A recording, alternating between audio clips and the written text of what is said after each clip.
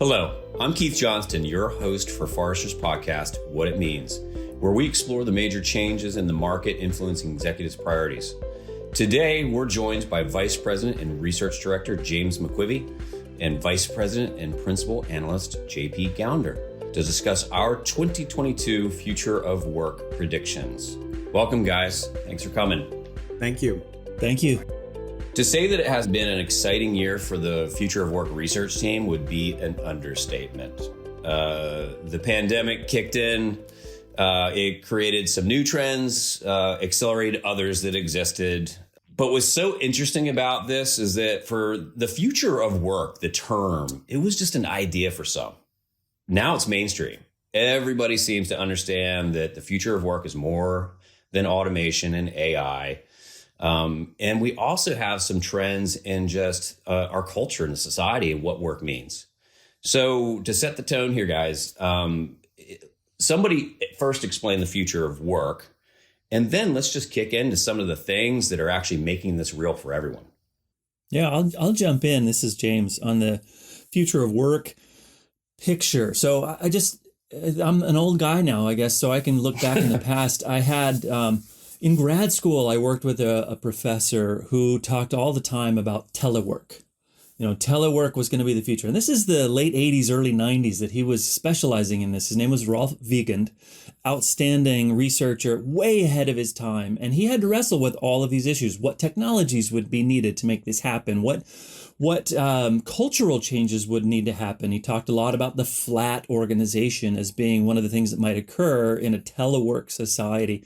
Talked about commuting. I mean, honestly, I remember listening to him and reading his work and thinking, this is so interesting, but yeah, that's going to be decades away. And to be fair, it is decades away. But if you'd asked me even 3 years ago, future of work, I would have said, yeah, still a decade away.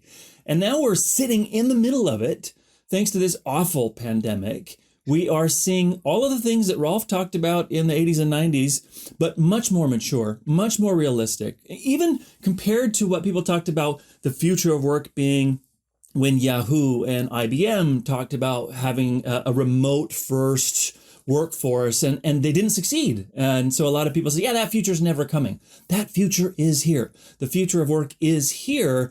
And that's why it's so fascinating that when we're asked to come up with predictions for 2022, we're predicting things in a 12-month time span that even 3 years ago, you would have said, maybe not going to happen for 5 to 10 years from now. Yeah, that's right. I mean, JP, you've been studying this for a little while. Tell us your version of the future of work.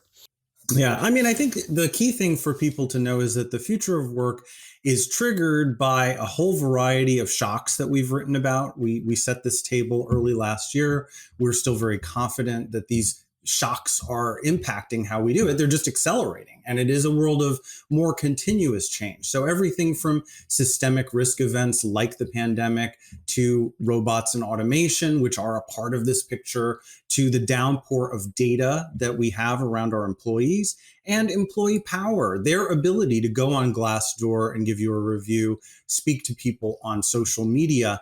We continue to see these shocks in action. The pandemic, however, just created this, huge acceleration of all of the trends around this. And it involves things from where you work to who is doing the work to how work gets done. And the intersection here is the answers are all pointing in the direction of more digital and equipping your work processes with more digital. I want to say we're analyst types, so maybe we overthink this, but we chose the word shocks that JP was talking about very deliberately because these are not things that, you insulate yourself from, you hide from, you try to build walls to prevent. These are things that basically send energy through you and how you handle that energy. I mean, that was the very deliberate metaphor we were choosing when we used the word shock. That energy wave comes through you and how you handle it, how you absorb parts of it, how you redirect other parts of that energy. That's really what companies are facing right now. They're facing how to deal with things that they can't actually change, but have to respond to. Everything from how their employees are now waking up and saying, I don't want to go back to the office. In many cases. That is a very real, tangible thing that CEOs across the globe are saying, so now what? Yeah, so one of those one of those forces, those shocks, the energy is really behind this idea of the Great Resignation. And it's a nice headline, right? But, as I mentioned, like the future of work really wasn't real for most until this pandemic struck us. So let's talk about the Great Resignation for a minute. What's interesting about that is the energy and the forces within that movement that are really real future of work concepts, right? Yeah, I mean, so look, the Great Resignation probably has a number of different causes here. It's not just a single thing, right? There's a psychological element where folks have reassessed their relationship to work, and the experience they've had for almost 2 years in some cases has been quite different. There's burnout, which folks on our team have been looking at, like James and Dave and Katie, which is sort of a undercurrent of crisis. By the way, there's also a pent up demand from last year still when folks weren't changing jobs because we were in the pre vaccine time of this crisis. You add on things like stimulus, government policy, inflation, and wanting to go to an employer who perhaps is a little bit more flexible and has learned some of these lessons, right? Has internalized that the future of work needs to be reconstructed at their company. All of those things are contributing to higher churn in the workforce today. There's nothing to stop anybody from improving their salary, or getting a new creative opportunity, or an opportunity to be part of a new startup that's innovating. But what's interesting now is that it's not just a few industries, it's across the board. It is happening across industries. We're seeing, the statistics coming out of the Bureau of Labor Statistics for the United States. This is something they report on every month. What are quit rates is what they call it. And in our predictions doc, one of the things we said is, the average quit rate is 1% per month. Now, if you think about that and you compare it to your team, your job, your company, your industry, that number probably won't make sense because it varies tremendously by industry. It's one reason we weren't even sure we would bring it up in our report, is that people will say, oh, well, our quit rate's much higher or much lower. And that's entirely possible. What you want to watch, though, is the relative quit rate. Did your quit rate go up? Is it going up, or is it going down, or staying where it was before? Benchmark yourself against 2019, for example, and say, what was our quit rate then? And compare that to today, and then watch that closely. So we're saying that there are a lot of industries and companies that are going to experience quit rates, sustained monthly quit rates, twice as high as they were before. So for the average, that means going from 1% to 2%. And there are people who will say, oh, well, that's not that bad. Okay, but it's huge. It's a doubling of the rate at which people are walking out your door. And we're seeing this now from large companies that are reporting in their quarterly or annual reports, who are reporting their attrition rates annualized are as high as 18-20%. Annualized. And so that would be catastrophic for many, many companies, and in fact is. So the effect of all this is that you've got executives calling us now and saying, okay, you've been telling me future of work matters, and I've been saying, yeah. But now, what do I do? How do I solve this right now, not in the future? So I think one thing to add to that picture that James laid out is that we've seen some really specific examples of dislocation. For example, lots of folks either lost their jobs or were afraid to work in retail because of the COVID situation. We also found that many of those retailers laid people off or closed down for periods of time. But the problem has been getting those folks to come back to that career path. And a lot of people have sort of shifted tracks, and it's made them reassess, what would it take for me to go back to retail, for example. And so you see this as, really hitting certain industries in a slightly different flavor of trauma than it did in others, particularly those with lots of frontline and essential workers who were very exposed to COVID throughout the crisis. So when we start these predictions, this is one great input, right? We cannot ignore the fact that the Great Resignation is happening. There's a tremendous amount of evidence. But when you guys start looking at how you're going to look at 2022, there's many more trends and inputs. What are some of the other big things that the team started talking about before you got to the predictions? Well, I'll tell you, the sausage making behind this, we had a list of 20 to 25 things that we could have written predictions about. And so we, as a team, we had to sit and discuss what are the things that can make an impact in the way people make decisions right now, because we're looking at a 1-year time frame. How do you deal with what's going to happen right now?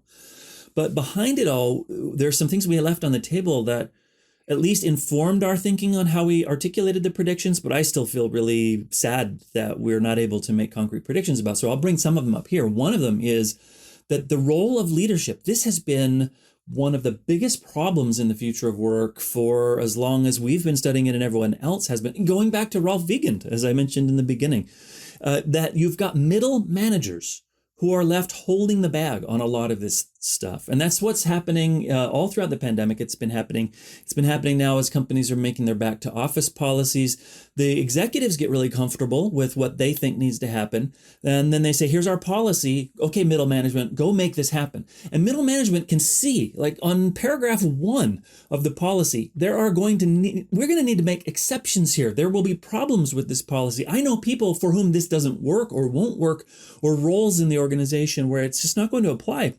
And some of those middle level people are coming to us, vice presidents and below, are saying, I don't know how I'm going to keep my team going in this environment. So if there was a prediction or a topic that is behind the scenes on all of our other predictions, is that middle level managers are going to get squeezed to a degree that some of them are just going to fail through this. They're not being well supported. They're not being well taught. Katie Tynan on our team talks constantly about the piddling amount of money that people spend on leadership development. And sometimes it's, offsites to learn how to be more this or more that as a person, but not even giving you just the specific characteristics, policies, processes, steps that you need in order to be successful. Who in my organization do I contact to get that exception for that member of my team? I don't know.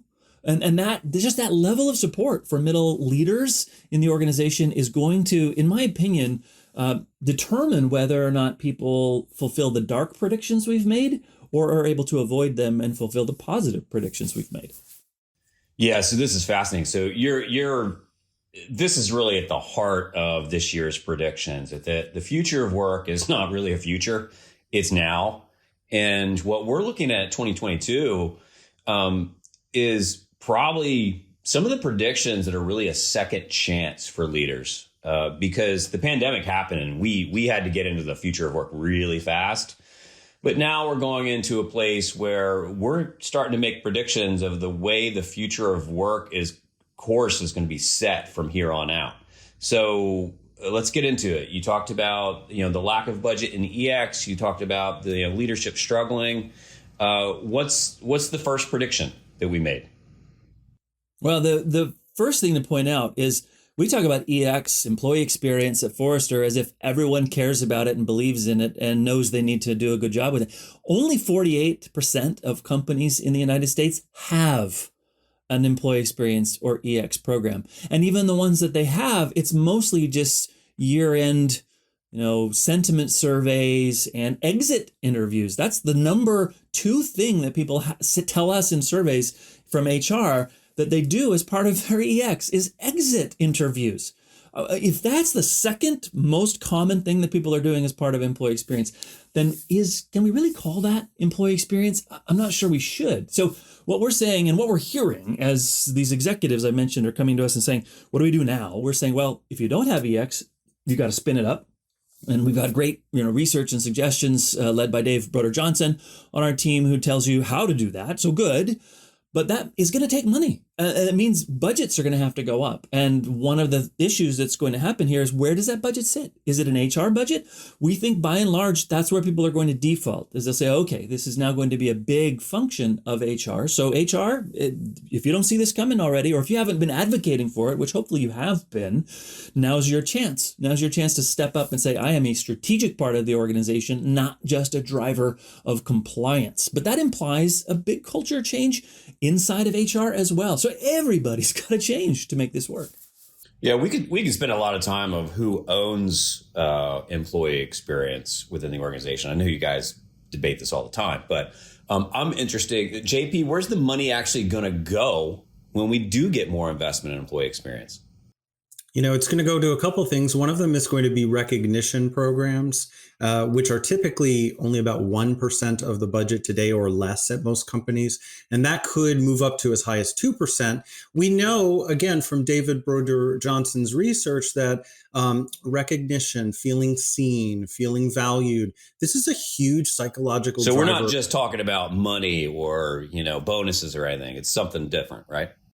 Absolutely. I mean, look, there are certain table stakes. You need to be on top of your compensation strategy. You need to be thinking about benefits and things like that. But this is about generating an experience holistically for every employee that makes them say, I want to do this work. I feel engaged and motivated. And feeling recognized for good work, being given training and additional resources to help that person, and in some cases also investing in technology. Right, technology plays a role in our success because the number one driver of our engagement is, can I make progress toward my daily goals at work? Every day. So all of those things matter. So you can put programs in place for this stuff, but, there's a lot of onus on the leaders to anticipate the needs of employees at this point, right? You just can't set it and forget it. Like, you got to be ahead of this stuff, right? Particularly to stop the Great Resignation from happening in your company. Well, and that's why you're going to have as a core part of your employee experience effort, it's going to have to be about measurement. And this is such a fascinating topic because a lot of companies jumped in with pulse surveys throughout the pandemic, and that was wise and that was good. And now they're saying to us, well, I can't survey our employees because our participation rate is going down. People are fatigued by the survey. And, we're right in Dave Broder Johnson's wheelhouse here. So I'll just quote him again. He recently said this to a client. I thought this was genius. He said, the client expressed this concern. We can't survey people to death. And he said, people are not experiencing survey fatigue. They're experiencing lack of action or inactivity fatigue, right. Meaning that they're telling you what's wrong and what they need to be successful, and you're not doing anything about it. You might not even be saying, here's what we heard.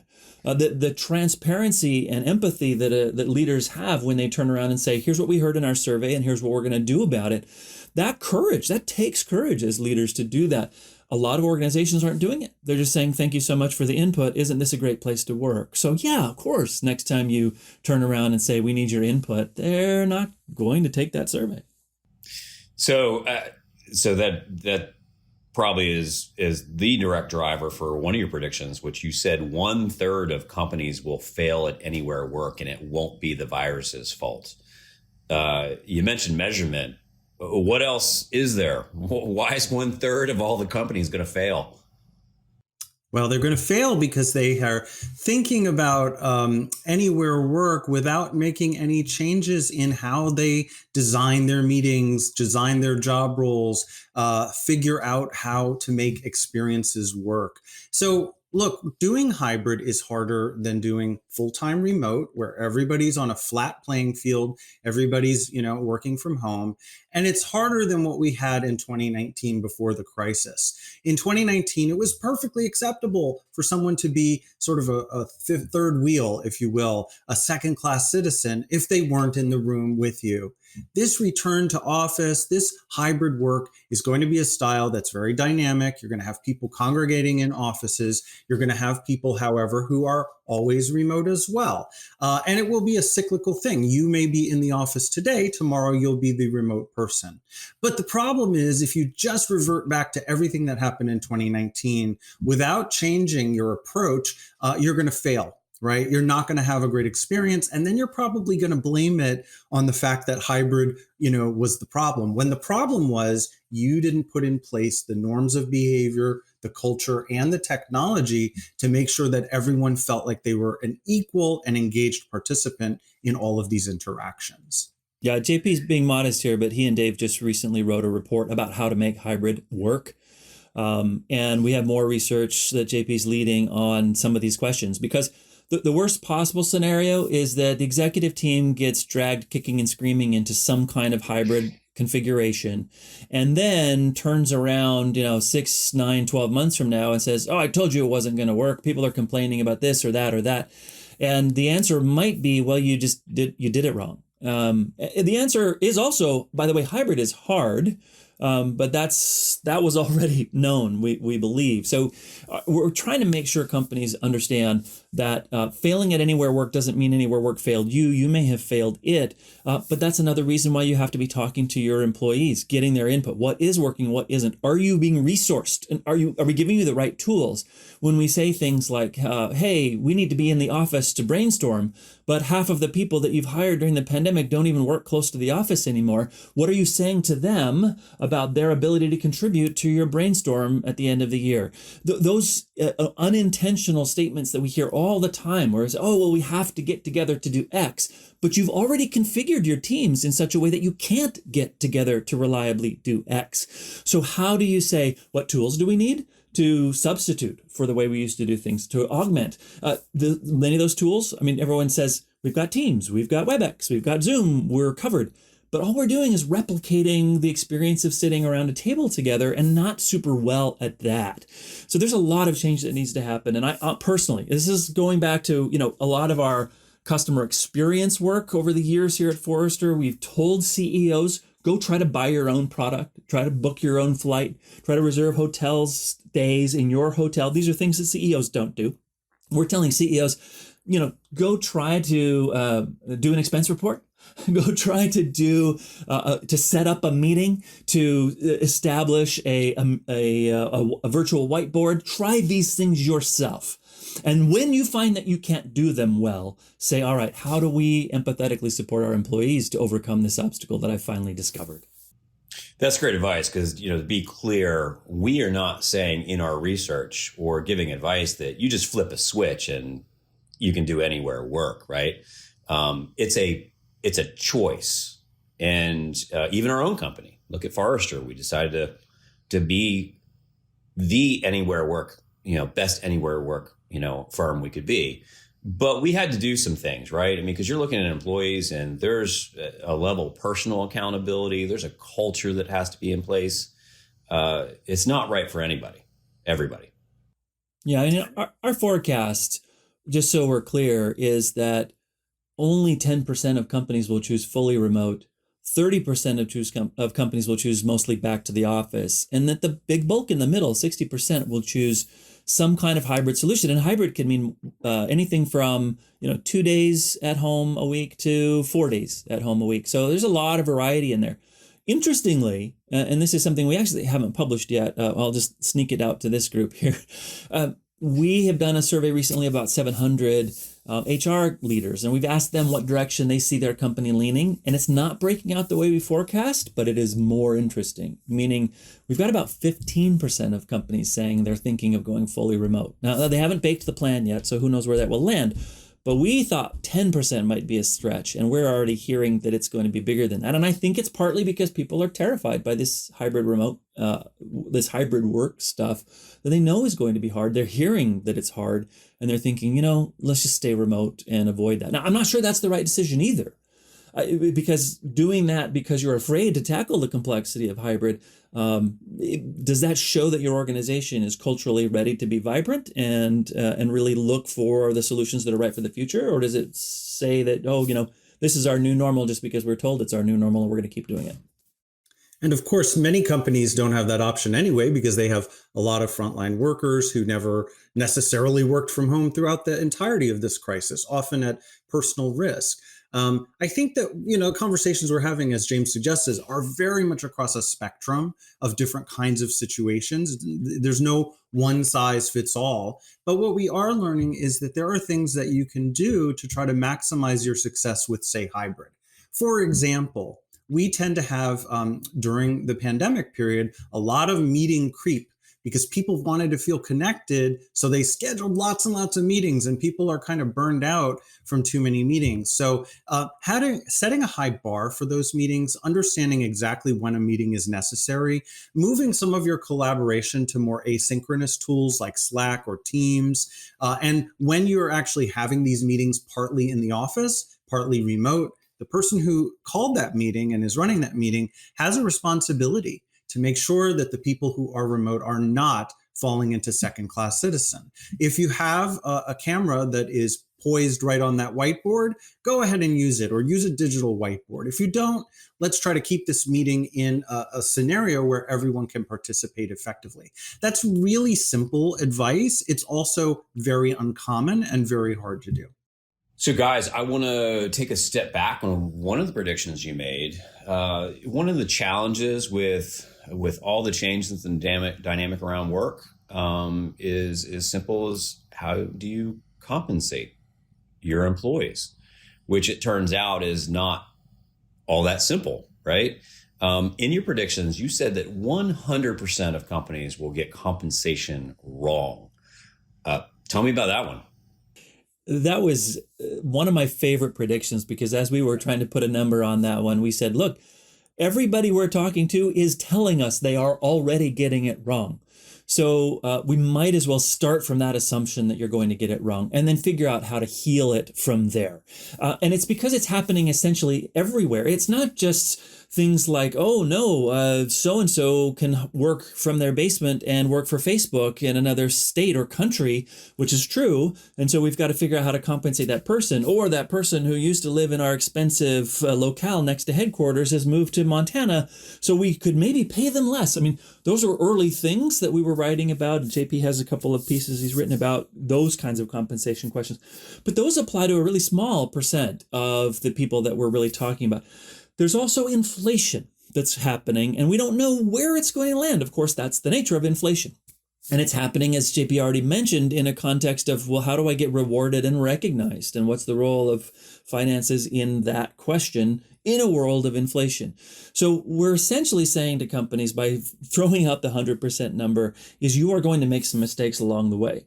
One of the ways to solve that is to be as flexible as possible. It's a little bit like a diversified investment portfolio. Invest in a lot of different ways to provide people recognition and remuneration, so that throughout the year you can figure out where some of those things might settle. And if you accidentally over-recognize for a little bit, that's not a terrible thing either, especially coming out of the complexity of the pandemic. So, it's a humbling thing to recognize you're probably already making some mistakes here, and you'll probably get that feedback in your end of year. If you're only doing an annual, employee sentiment survey, you probably already got that feedback.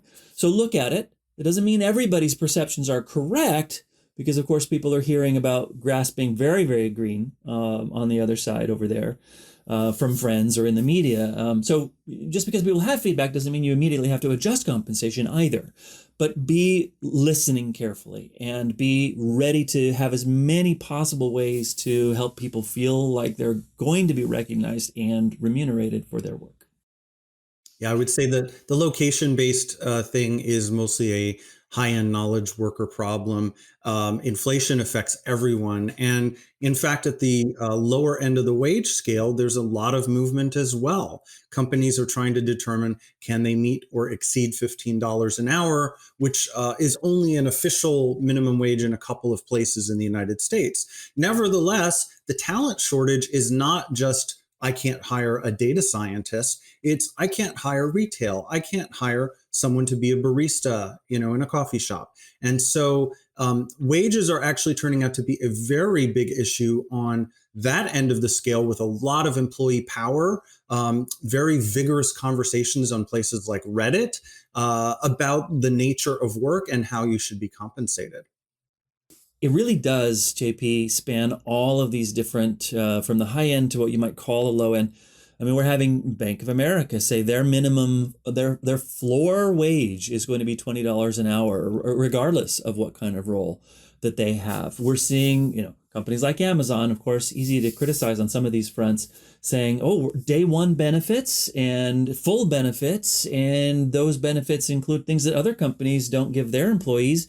And we're going to do, tuition reimbursement and all the way through 4 years of a degree along the way. So, we'll see how many of these things catch on and how widespread they become. But the fact is, this combination of people knowing they got compensation wrong or are likely to is leading to some really interesting innovation in and across companies. And I think that's good. Now, your company may not be the first one to innovate, but you can at least look around and see what these other companies are doing and decide, what are you going to recommend in 2022 so that in 2023 you are not failing at compensation. So tons of companies have pivoted. They've had to deploy more automation, different ways of working for sure. But many companies they're still struggling. It's like they can't find enough employees. So some of these experiments that happened throughout the pandemic might become priorities in 2022. So that brings us to your last prediction. James, what was that last prediction that you had for 2022 for the future of work? So our final prediction is that sometime in 2022, a Fortune 1000 company will boldly announce its automation first workforce strategy. And I'm really glad that we have JP with us here because this is really his area of expertise. And JP, define for us what this automation first workforce strategy is supposed to mean. Because I'm worried that people will say, oh, sure, they're going to use automation. I get it. Yeah. It's a little bit more subtle than that. The talent gap here means that people are having trouble filling roles that they need to. So we know that automation can free people up to do other important things, right? So some of it will be along that axis. Some of it will be we're building better systems to be pro employee experience by taking things off of your plate that you frankly don't want to do, that are repetitive, that are predictable, giving you a leg up and sort of automating the tasks that make you more effective. So if this is done right, it actually can address a whole bunch of problems, from making the human employees more effective to obviating the need to go out and find more people at a time when it is very, very hard to in fact hire. And finally, the people who are there are going to be able to learn new skills because they're learning how to work side by side with these intelligent systems that are automating parts of their job. Now, that's not to say it's always this sort of utopia, right? But in when you do it right, our view is there's going to be this sort of Fortune 1000 company who says, we're at the point where we're starting to understand the applicability and parameters of automation. We know how to do this. We know there's a talent gap and it's very hard to hire. So we're just going to put it out there as a statement. Rather than trying to hire, we're going to invest in human technology equivalents, to use a term that we are using here at Forrester, which is filling in those gaps rather than relying on human talent alone. It's kind of an ideal solution in that it addresses a lot of what we've been talking about, which is why we put this prediction at the end as a summary kind of prediction, in that we're seeing employee experience struggle. We're seeing executives say, what do I do next? All of the things we've been talking about.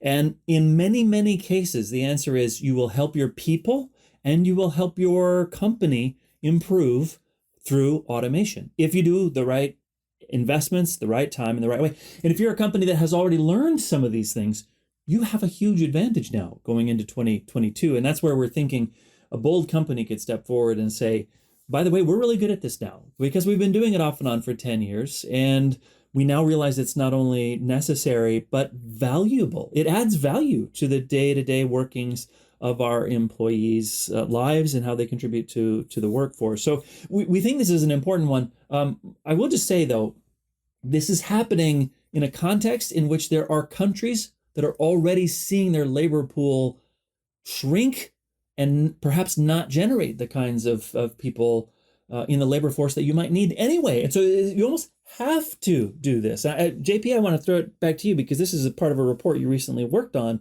where we're seeing this dynamic in Europe.